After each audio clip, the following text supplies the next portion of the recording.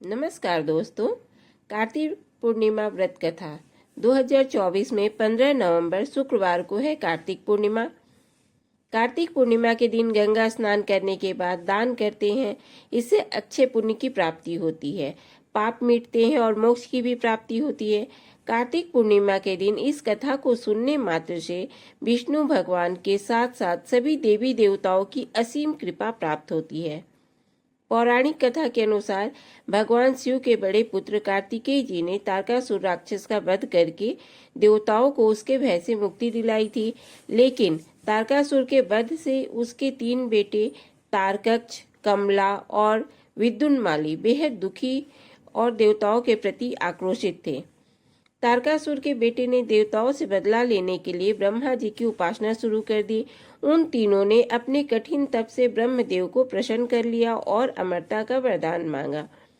ब्रह्मदेव ने कहा कि यह वरदान नहीं दे सकते हैं, कोई और वर मांग लो।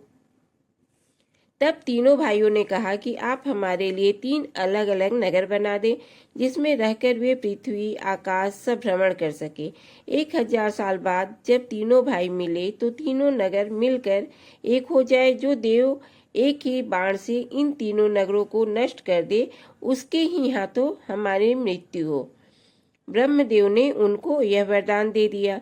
वरदान के प्रभाव से 3 नगरों का निर्माण हो गया। तारकक्ष के लिए सोने का, कमला के लिए चांदी और विद्युन्माली के लिए लोहे का नगर बना दिया गया।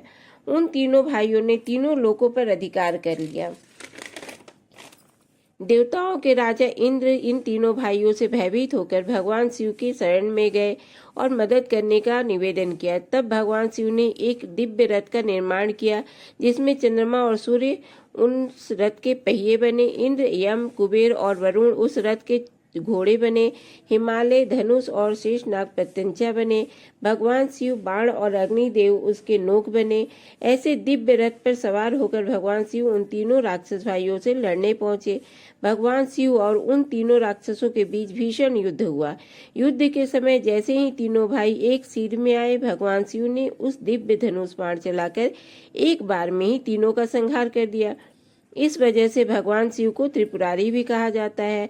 कार्तिक पूर्णिमा के दिन यह घटना हुई थी, इस वजह से कार्तिक पूर्णिमा को त्रिपुरारी पूर्णिमा भी कहते हैं। तीनों राक्षसों का वध होने से सभी देवी और देवता प्रसन्न हुए। उन्होंने भगवान शिव की पूजा की। उसके बाद से काशी में जाकर गंगा स्नान किए, फिर वहां पर दीपदान किया। इस वजह से कार्तिक पूर्णिमा की शाम को देव दीपावली भी मनाई जाती है। कार्तिक पूर्णिमा, देव दीपावली की आप सभी को हार्दिक शुभकामनाएं। हर हर महादेव।